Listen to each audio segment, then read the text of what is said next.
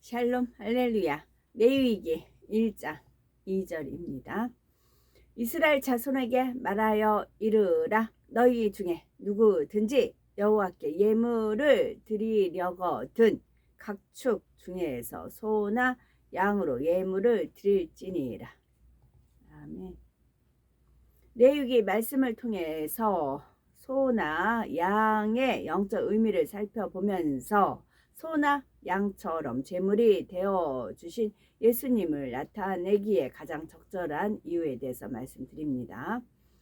회막에서 모세를 부르신 것처럼 성령의 음성을 들려주시는 하나님이시지요. 불순종한 아담 이후로 원죄와 자범죄를 가진 죄인들은 거룩하신 하나님과 교통할 수 없게 되었기 때문에 구약 시대에는 대제사장만이 회막 안에 지성소에 들어가서 하나님께 제사할 수 있었습니다. 그러나 오늘날은 주를 믿는 하나님의 자녀들이라면 누구나 성전 안에 들어가서 예배하고 기도하며 하나님과 교통할 수 있게 되었지요. 이는 예수 그리스도께서 모든 죄를 대속해 주셨기 때문입니다. 따라서 우리가 예수 그리스도를 영접하면 성령께서 마음 안에 거하시며 지성소로 삼고 계시지요. 그리고 하나님께서 회막에서 모세를 부르신 것처럼 성령께서는 마음 가운데서 우리를 부르시며 교통하기 원하시지요. 성령의 음성을 들려주시고 주관하셔서 진리 가운데 살게 하시며 하나님에 대해 깨닫게 하시는 것입니다. 이와 같이 성령의 역사 속에서 하나님과 교통을 이루는 만큼 하나님의 은혜와 은총을 체험하며 하나님의 뜻을 더욱 깊이 알 수가 있습니다. 그러기 위해서는 마음의 제약들을 벗어버리고 성결되어야 하며 성결을 이루며 성령의 음성을 점점 더 밝게 들을 수 있고 축복의 길, 응답의 길로 갈 수가 있죠. 레위기 1장 2절에 보면 이스라엘 자손에게 고하여 이르라. 너희 중에 누구든지 여호와께 예물을 드리려거든 생축 중에서 소나 양으로 예물을 드릴지니라 말씀하셨습니다. 하나님의 자녀들은 예배를 드리면서 11조 감사, 건축, 구제 등 여러 예물을 드리는데 하나님께서는 예물을 드리려거든 생축, 곧 살아있는 가축 중에서 소나 양으로 드리라는 것입니다. 이 말씀에는 영적 의미가 있으므로 오늘날은 문자 그대로 행하는 것이 아니라 영적인 의미를 깨우쳐 하나님의 뜻대로 행해야 하죠. 그러면 생축 곧 살아있는 가축 중에서 예물을 드린다는 것은 영적으로 어떤 의미일까요? 하나님 앞에 신령과 진정으로 예배하여 거룩한 산제사 곧 영적 예배를 드려야 한다는 것입니다. 로마서 12장 1절에 하나님의 모든 자비하심으로 너희를 권하노니 너희 몸을 하나님이 기뻐하시는 거룩한 산 제사로 드리라. 이는 너희의 드릴 영적 예배니라 말씀하신 대로 영적인 예배를 드려야 합니다. 예배 중에 졸거나 잡념에 빠지거나 하나님의 말씀을 들으면서 믿음으로 받는 것이 아니라 자기 생각과 판단 속에 의심하는 예배는 영적 예배가 아닙니다. 또한 교회 밖에서는 방탕하고 정욕적으로 세상 사람과 똑같이 살아가면서 예배 시간에만 경건한 모습으로 외식하는 것도 하나님께서 기뻐 받으실 만한 산 제사라고 할 수가 없죠.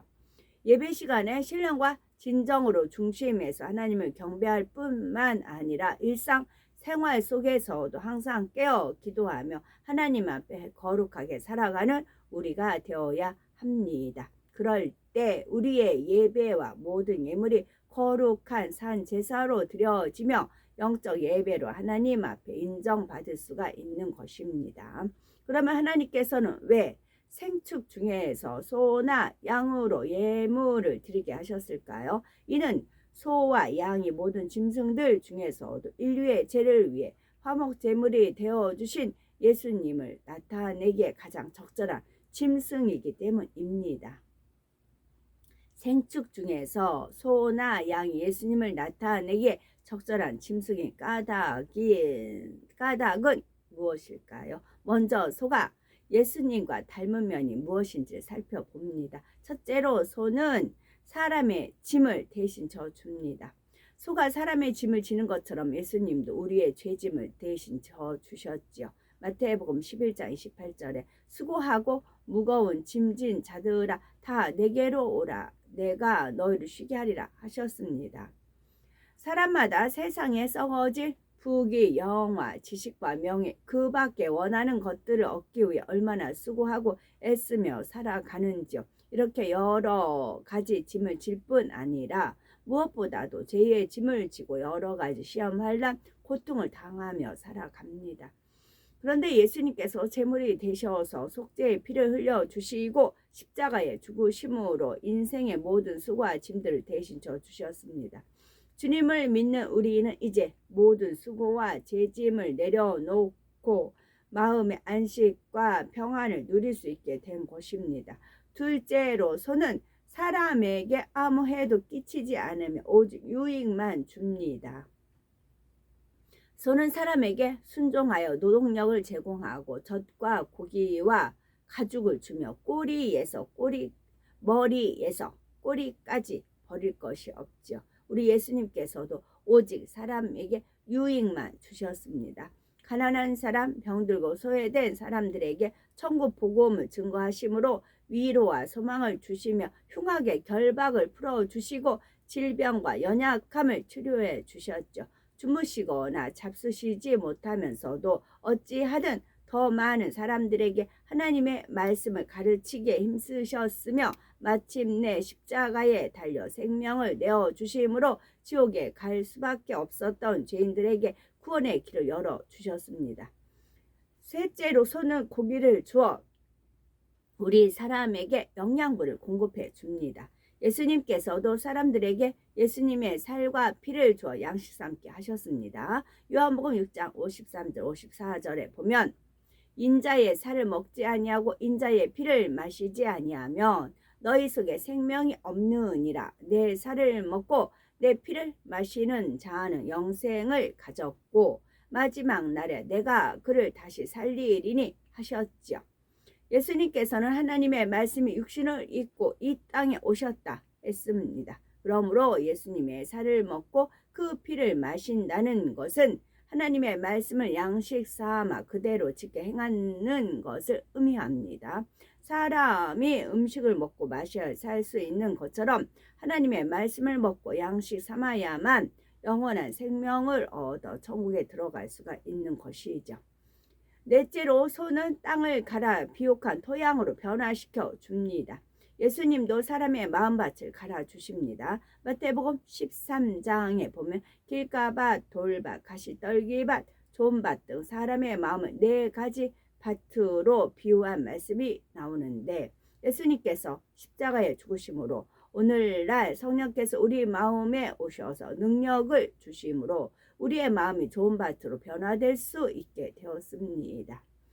모든 죄와 악을 사하신 예수님의 보혈을 의지하여 기도하고 열심히 진리대로 순종해 나갈 때 옥토와 같이 기름지고 좋은 밭으로 변화될 수 있는 것입니다.